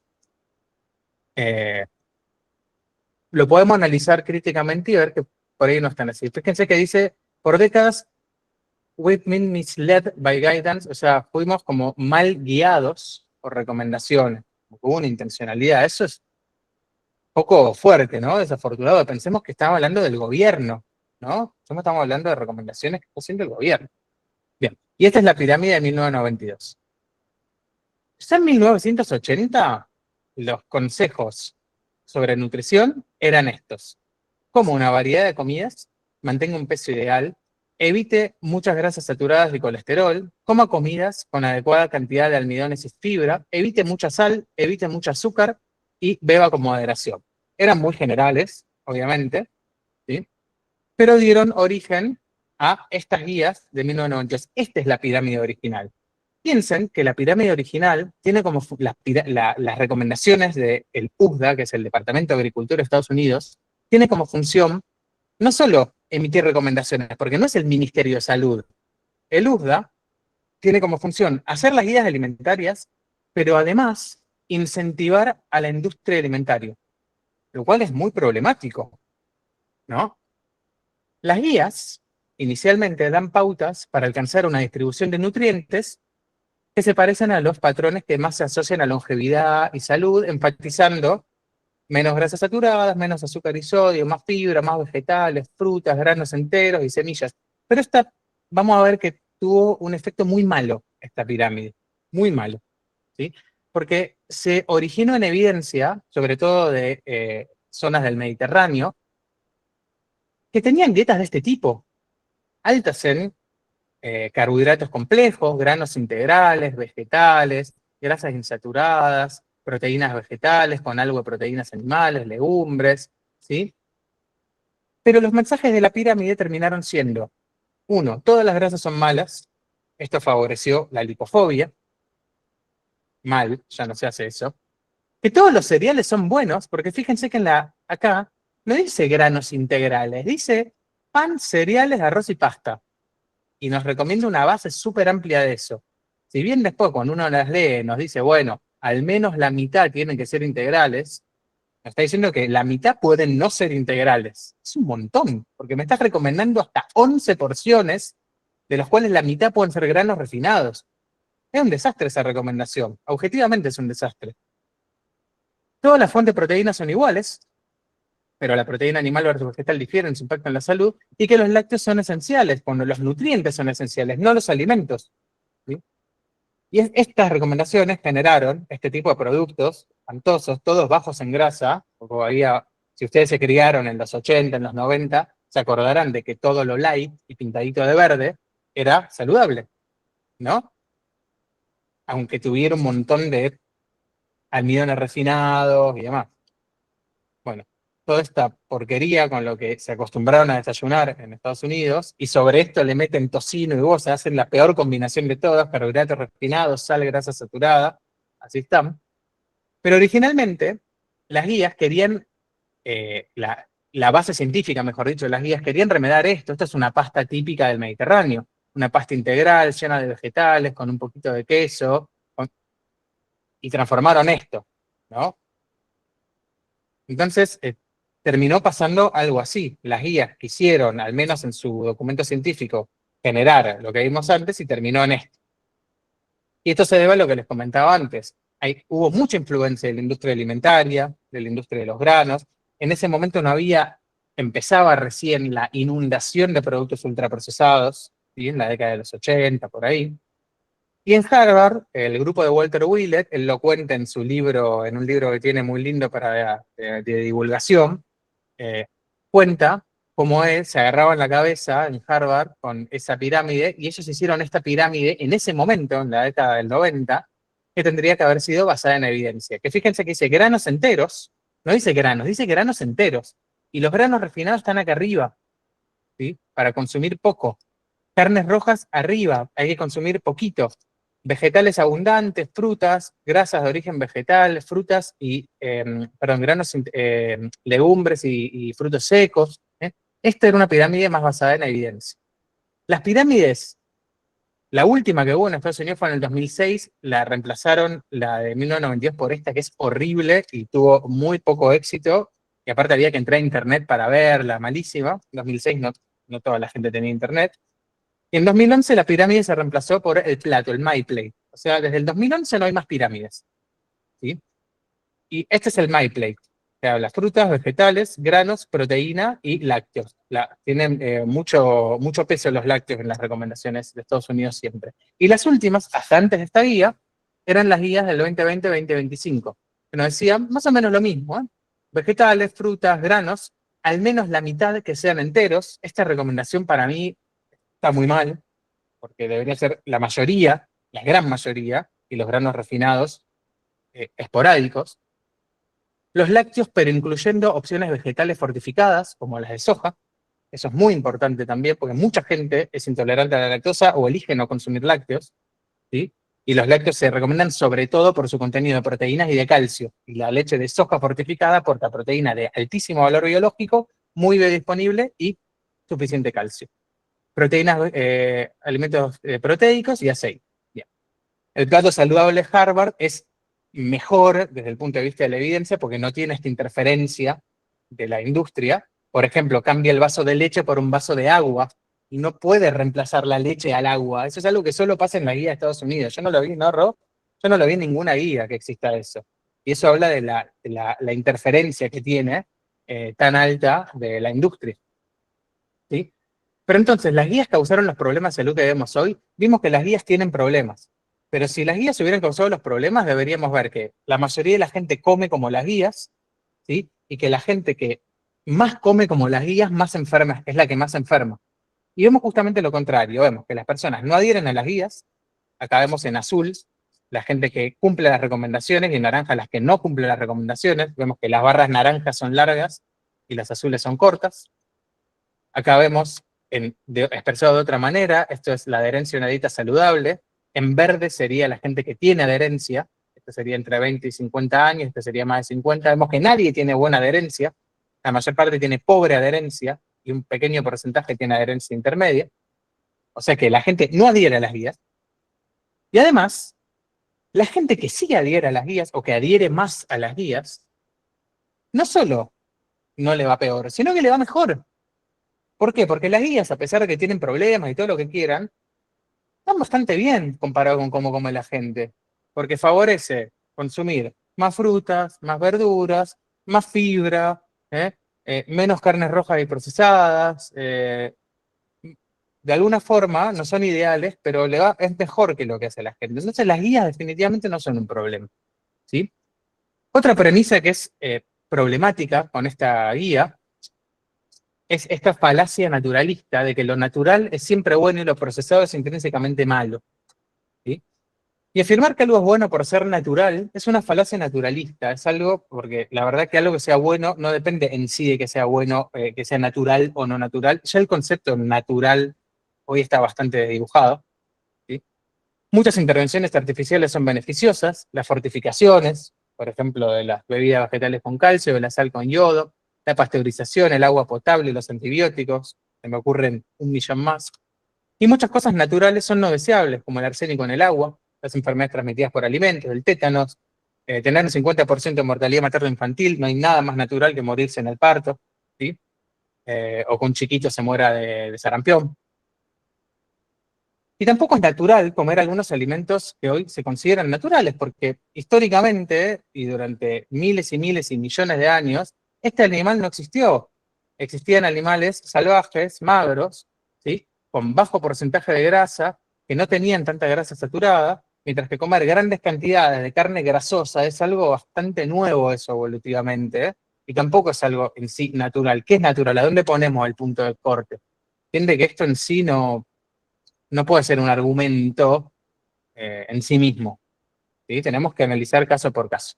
Bien, ya vamos acercándonos hacia el final. Vamos a hablar ahora de algunas cuestiones metodológicas, ¿sí? Y después nos vamos a hacer algunas a analizar qué pasó con el comité del 2025, teniendo en mente estas cuestiones metodológicas. Las guías nos dicen en varios momentos, si uno las lee, que los ensayos clínicos aleatorizados, o sea, un estudio de intervención, hacer un experimento en el cual uno le da una intervención a un grupo y el otro tiene un grupo control, prueban causalidad, prueban causa-efecto. Y que toda recomendación, como que los ensayos clínicos son lo mejor que hay, ¿sí? Mientras que los estudios observacionales solo sirven para generar hipótesis. Y esto en nutrición es problemático. Los estudios científicos, tanto observacionales como experimentales, son simplemente herramientas que nos sirven para responder distintas preguntas, ¿sí? Hay muchos tipos de estudios, tampoco vamos a entrar tanto en detalle, pero la evidencia observacional, los estudios observacionales, son aquellos donde uno observa lo que pasa sin intervenir, observa y analiza. Por ejemplo, agarro un grupo de gente, una población, ¿no? Y veo los que comen los que son omnívoros y los que son vegetarianos, y los sigo a lo largo de, no sé, 10, 15, 20 años, y veo a lo largo de esos años que los vegetarianos se infartan menos que los que no son vegetarianos.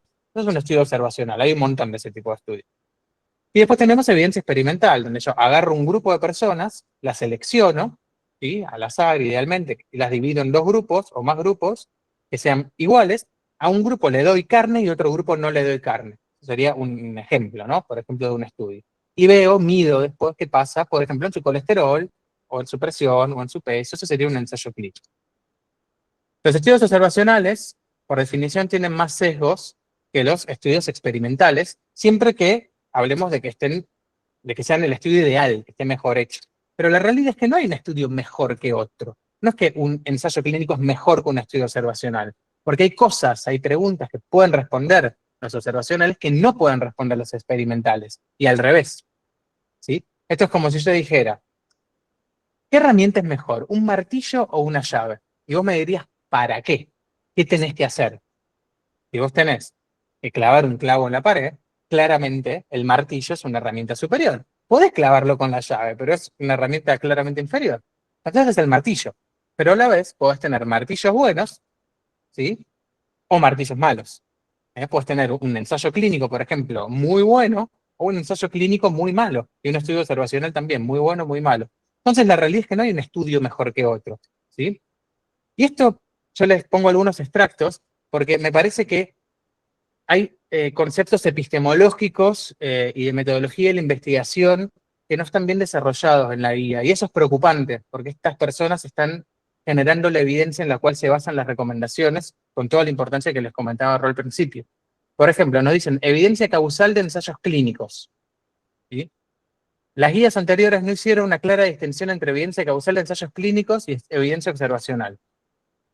La causalidad no la define ningún estudio, ni ningún test estadístico. El cuerpo de evidencia define la causalidad. Todos los estudios hechos definen si hay suficiente evidencia. Es como un juicio. para determinar culpabilidad o no de un crimen, ¿sí? Eso es la causalidad. No es que los ensayos clínicos determinen causalidad y los otros no, ¿sí? La evidencia en nutrición se basa en ensayos clínicos que evalúan desenlaces que se llaman subrogados, por ejemplo, peso, presión, colesterol, glucemia, que se pueden evaluar en semanas o meses, y estudios observacionales que pueden seguir a miles de personas por muchos años, en un ensayo clínico eso en general no se puede hacer, que analizan qué pasa con desenlaces que se llaman clínicos, muerte, infartos, ACV, diabetes y demás, ¿sí?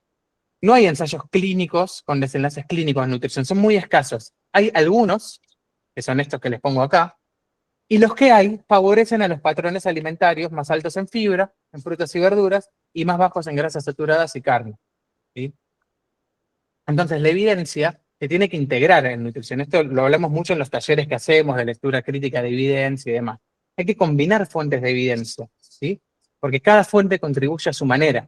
La ciencia básica, los estudios de intervención, la epidemiología, los estudios observacionales, todo eso constituye la evidencia. No es que un estudio es mejor que otro, ¿sí? Entonces, no podemos pretender clavar un clavo con una llave, ni atornillar un tornillo con un martillo. Cada estudio tiene que ser bien utilizado y bien interpretado, ¿sí? Ojalá pase esto. Lamentablemente, lo que estamos viendo es que el gobierno, sin entrar en cuestiones políticas, simplemente un dato objetivo, las guías nos dicen que hacen falta más ensayos clínicos rigurosos, y yo estoy súper de acuerdo, pero eso requiere más inversión en ciencia. Y lamentablemente la investigación se está desfinanciando bastante en nutrición. Yo sé que también es algo que vemos una contradicción de las guías con lo que se hace después en la implementación. Y por último, les quería comentar algo del Comité Científico del 2025. Si ustedes están atentos a nuestras redes, a NBP, y ven nuestro blog y demás, van a ver que el año pasado sacamos un documento, un blog, un artículo de blog, que decía que las guías alimentarias al fin recomiendan las proteínas vegetales como la fuente más saludable de proteína. Pero en realidad nos equivocamos, porque no eran las guías, era el documento científico que se generó para después hacer las guías. Históricamente, siempre ese comité generó un documento muy sólido y las guías alimentarias siempre lo adoptaron, porque para eso lo contratan. Pero esta administración, que después vamos a entender en un ratito por cuestiones más ideológicas y políticas, decidió desestimar ese documento y hacer todas estas revisiones nuevas, ¿sí? ¿Y por qué hizo eso? ¿Acaso el documento este es el documento?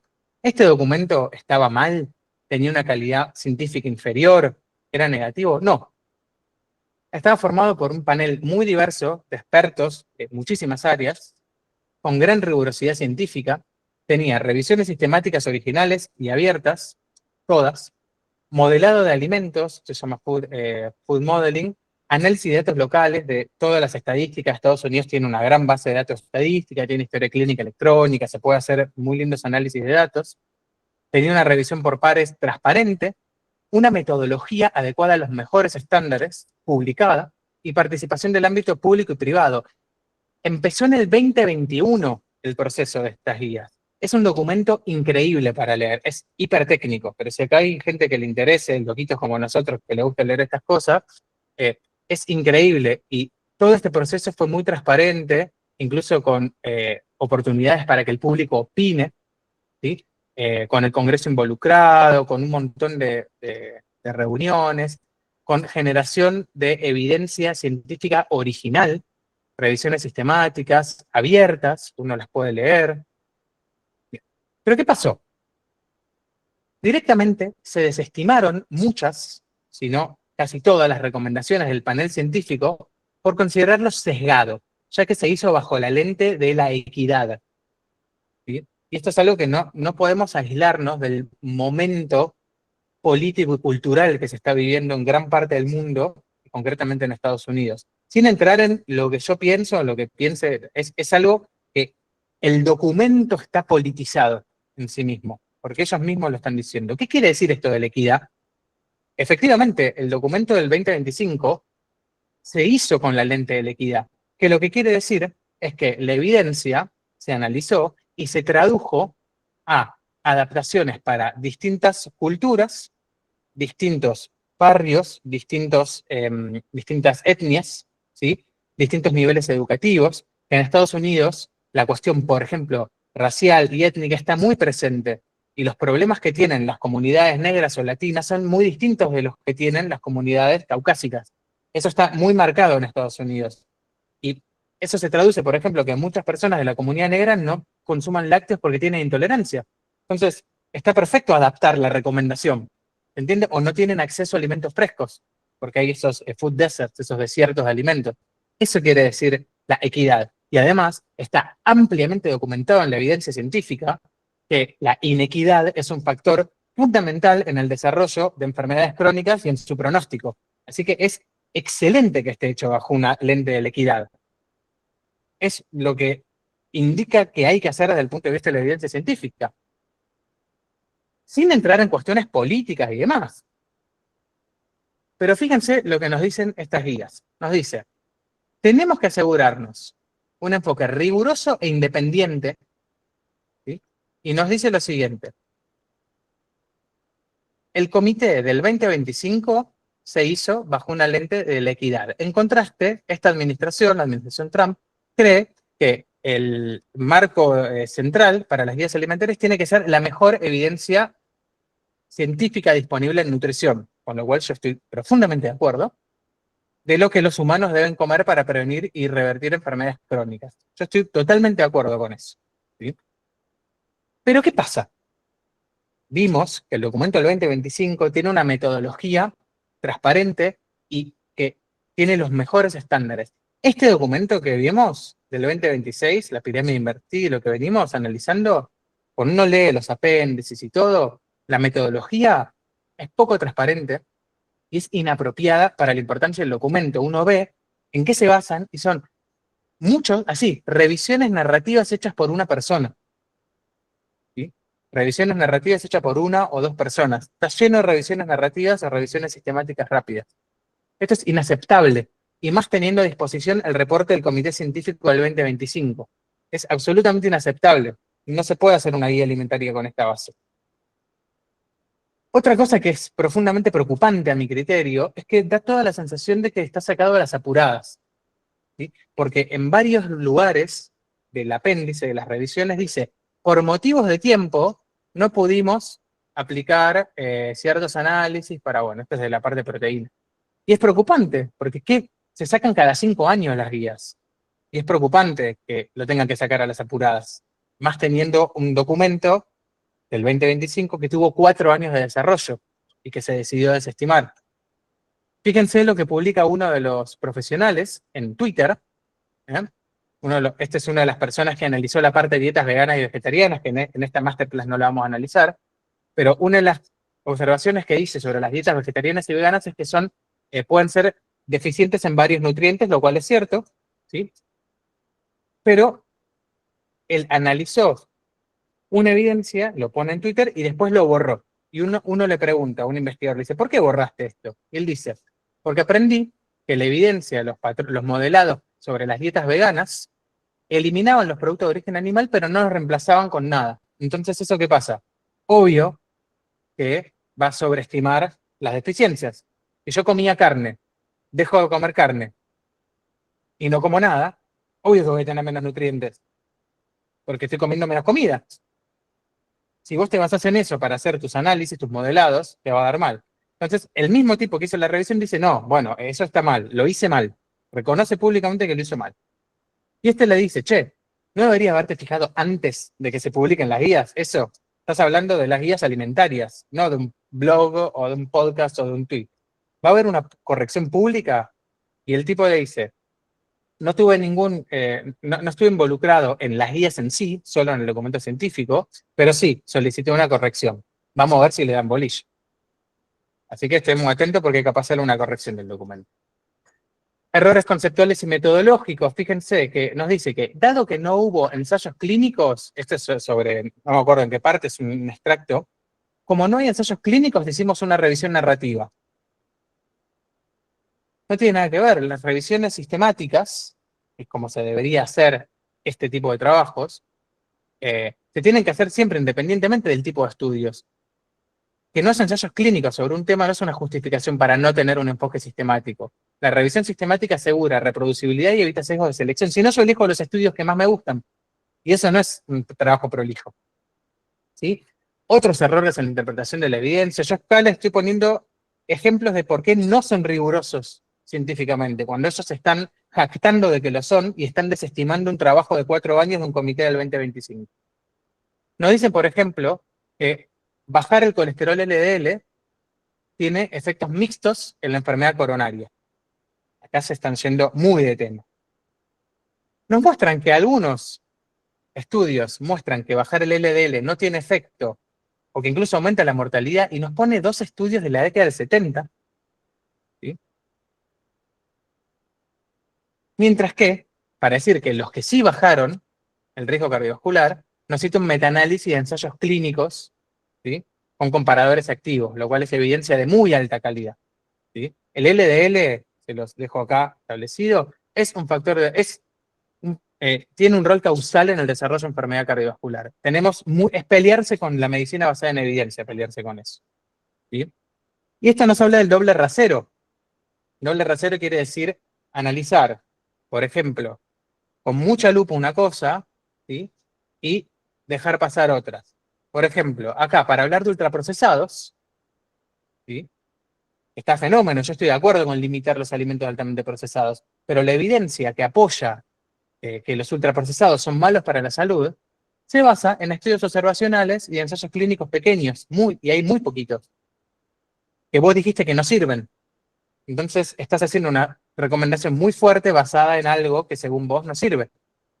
Por eso hay que tener cuidado, hay que ver hasta dónde llegan los sesgos ideológicos, y por eso los enfoques sistemáticos y protocolizados nos evitan las cuestiones emocionales a la hora de analizar evidencia. Si no caemos en esto, vemos con un telescopio la evidencia sobre grasa saturada de enfermedad cardiovascular, está fenómeno, hacelo, pero aplica el mismo telescopio para todo. ¿Sí? Y algunos errores de amateur. Por ejemplo, modelados de nutrientes inconsistentes, esto después lo ven en la grabación. Con estas porciones, la única manera de llegar a las recomendaciones de proteínas es comer todo carne. Si bien nos ponen legumbres, lentejas. No. Esto es como que decís, che, nadie chequeó esto, chicos. O sea, no hiciste la suma mínima. Uno de los problemas sobre las grasas que les pregunté, no sé si lo pusieron en el chat porque yo no lo veo, es que nos dicen que, por ejemplo, cocinemos con grasas esenciales, como aceite de oliva, chicos, literal, o manteca o grasa. Chicos, literalmente el aceite de oliva, la grasa y la manteca son las peores fuentes de grasa, de ácidos grasos esenciales. Son casi todos omega 9 y grasas saturadas. Y además, si cocinar con grasas omega 6 y omega 3 produce oxidación, que son las que más se oxidan, no deberías recomendar cocinar con eso. Yo siento que el que escribió esto no sabía bien de qué estaba hablando, porque parece más algo que hizo un influencer de Instagram. No es que o sea, al menos cómo está redactado y cómo está escrito esto. Y como le decía, oliva, manteca o grasa prácticamente no tiene ácidos grasos esenciales. La manteca y la grasa prácticamente no tienen, esto sería el omega 6, que es el ácido graso esencial, y el omega 3 del aceite de oliva, que prácticamente tiene muy poco. Ya vimos que el gráfico no refleja las recomendaciones. Visualmente los alimentos altos en grasa saturada son los que predominan, pero a la vez recomiendan limitar la grasa saturada. Es muy difícil cumplir con lo que dice esta guía, es muy difícil. Comer un montón de carne y lácteo entero y todo, y a la vez limitar la grasa saturada al 10%. ¿Sí? Esto ya lo vimos. Esto ya lo vimos. Comparaciones erróneas, comparan un yogur griego alto en proteína con un yogur lleno de azúcar. El yogur en sí, aunque sea bajo en grasa, no tiene por qué tener mucho azúcar. Puede haber yogures más bajos en grasas. No cierran las cuentas que hacen. Esto no lo hice yo, lo saqué de los artículos de Kevin Klatt, que es un capo total. ¿Sí? Y por último, ya para ir cerrando, esta tremenda masterclass que ya lleva más de 1 hora y media, lo de independiente. Ya vimos que lo de riguroso, por los que les mostré, a mí no me parece para nada riguroso la base científica. Pero además, y lo más preocupante, es que ellos nos dicen que es algo independiente. pero vemos claros conflictos de interés con la industria, sobre todo ganadera. Siempre hay conflictos de interés. Recuerden que Luzda tiene como doble función hacer las guías alimentarias y favorecer la industria alimentaria. ¿Sí? No olviden que la industria ganadera y láctea es parte muy grande de la industria alimentaria y tiene un lobby muy grande. Y concretamente en esta administración hay un plan específico, que no es que es secreto, no es una teoría conspirativa, es un plan específico y abierto para favorecer a los ranchers, a la ganadería. Este plan consiste en esto. Plan de Luzda para fortalecer la industria de la carne. Fíjense que una de las estrategias es aumentar la demanda. Y esto es hacer crecer a las cabezas de ganado, aumentando la demanda y bajando los precios para los consumidores, a través de dar becas, ¿sí? De Farm to School, de la granja a la escuela, y de guías alimentarias basadas en las proteínas. O sea, la guía que estamos viendo es parte explícitamente, esto es un documento específico del sitio web de Luzda, es parte de un programa para favorecer el consumo de carne. Y ahí te empieza a cerrar por qué la evidencia científica por sí sola no importó demasiado. Y también te empieza a cerrar que los expertos que contrataron, todos, de los, creo que son 8 o 6, tienen conflictos de interés importantes y todos van para el mismo lado, con la industria ganadera y láctea, y con algunos con el mundo más tipo low carb o medicina funcional, sobre todo low carb. ¿Sí? No es que tener el conflicto de interés invalida su expertise, pero viendo todo, es preocupante porque todos tienen los mismos conflictos de interés. No es que vos tenés un tipo que labura para la industria láctea y otro tipo que labura para la industria de los frutos secos y otro tipo que labura para Unilever y otro tipo que está todo más o menos balanceado. Está todo para este lado. ¿Sí? Esto está en el documento, en el de 90 páginas, lo pueden leer. Y el mensaje que está dando el Departamento de Salud de Estados Unidos y el USDA no es coman proteínas con una diversidad de legumbres. Están hablando de leche, de carne, de bacon, de carnes procesadas, ¿sí? De manteca, ¿sí? De leche entera. El mensaje está muy orientado a eso. O sea que no es una cuestión conspirativa. ¿Sí? Es algo abiertamente abierto. Y es imposible entender estas guías sin situarnos en este contexto del MAGA y del MAJA, del Make America Healthy Again, en el contexto social, político y cultural de Estados Unidos, que tiene culturalmente una añoranza hacia la década más de la post-Segunda Guerra Mundial, más de la década del 50, del 60, cuando la tasa de enfermedad coronaria era altísima, entre otras cosas.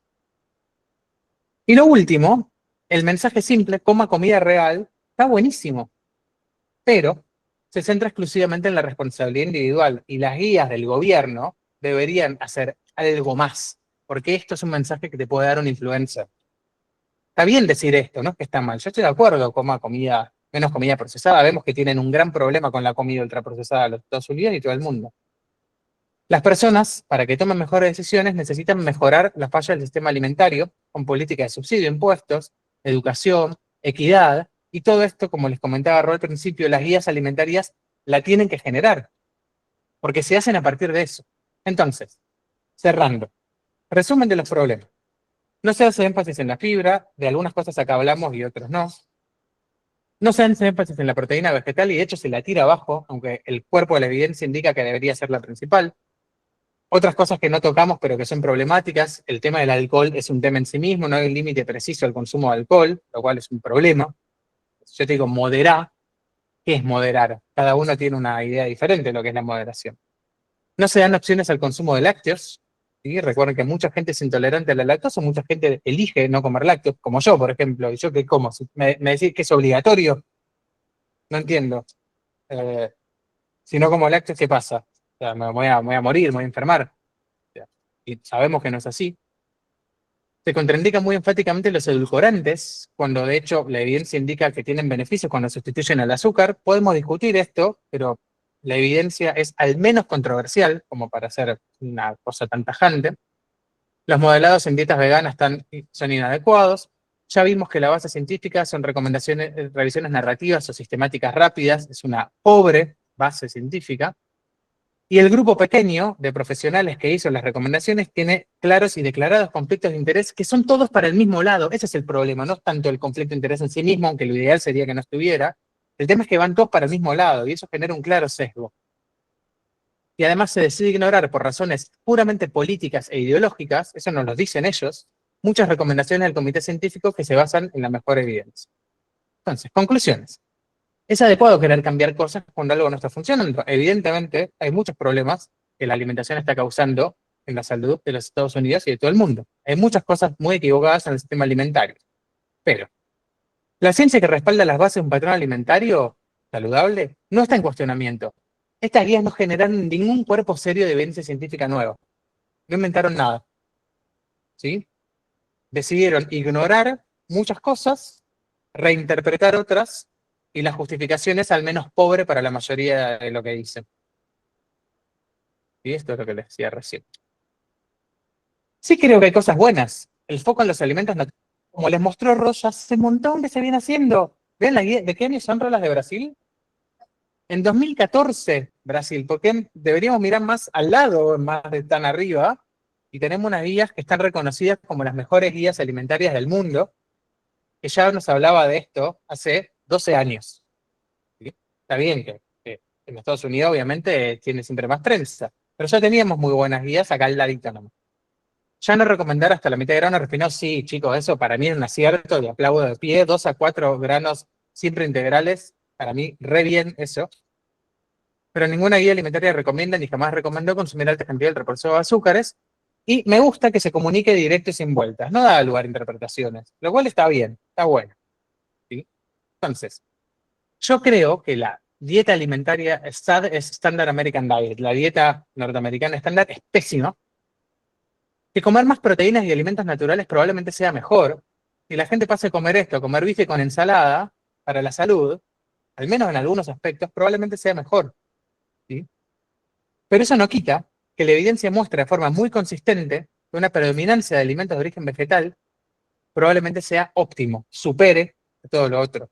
Y siguiendo las premisas que las propias estas guías dicen seguir, se tiene que basar en la mejor evidencia científica disponible de qué es lo que hace que las personas vivan más y enfermen menos. Y esto es lo que nos dice la evidencia. ¿Sí? Los problemas alimentarios no se resuelven haciendo piruetas intelectuales o ideológicas para desprestigiar el sólido cuerpo de evidencia que favorece las dietas basadas en alimentos vegetales. Acá no las repasamos, pero tenemos un posgrado anual en el que lo hacemos. Perdón, pero ya vamos casi 2 horas, se imaginarán que no podemos repasar todo. Si se desea arreglar el sistema alimentario en todos sus eslabones, se debe mejorar la implementación de la evidencia. No hacernos los boludos con la evidencia. Mejorar la implementación. Políticas, equidad, educación, más estudios de alta calidad metodológica y una comunicación científica seria, responsable y con alcance, no con dibujitos de South Park. ¿Sí? Porque eso es para el Twitter. Nada más. Y transparencia y límites a la interferencia en la industria de todo tipo. No solo de ultraprocesados, que me parece perfecto, sino también entender que la industria ganadera, láctea, las cerealeras grandes, Unilever, también interfieren y son todas interfieren. ¿Sí? Entonces, para terminar, todo trabajo científico es incompleto, sea observacional o experimental, y puede ser refutado por nuevos conocimientos, pero no por eso podemos ignorar el conocimiento que ya tenemos, ni posponer una acción que parece necesaria en un momento dado. Y esto lo dijo Bradford Hill hace casi un siglo. Bradford Hill es el de los 9 criterios de causalidad. Así que bueno, yo con esto podemos dar por finalizado esta exposición que se hizo muy larga. Esperamos que, como dije en un principio, digo, ¿no? Que les haya generado más preguntas que respuestas. Obviamente que no se puede abordar todo en 2 horas, y muchas cosas que quizás les quede ahí como en el tintero para seguir indagando y para seguir investigando, lo cual está buenísimo.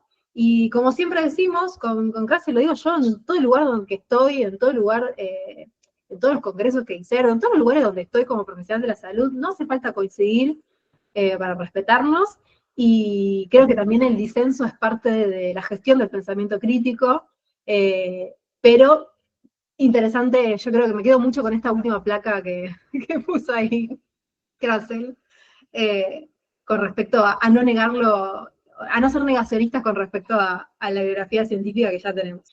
Y obviamente para que quieras seguir indagando del tema, invitadísimos al posgrado que tenemos, que dirigimos en la Universidad Nacional de Rosario, en la Facultad de Ciencias Médicas, un posgrado universitario basado en evidencia, sobre alimentaciones basadas en plantas, que también hay un montón de cosas que giran, ¿no? Como uno habla de plantas y piensa que, nada, está comiendo lechuga, tomate toda la vida y que hay muchos problemas al respecto, y que la B12, que el calcio, que el hierro, y que te vas a morir. Y bueno, creo que lo fundamental es entender de qué hablamos cuando hablamos de alimentaciones basadas en plantas y poner ahí como un punto de encuentro, ¿no? Para que nos entendamos.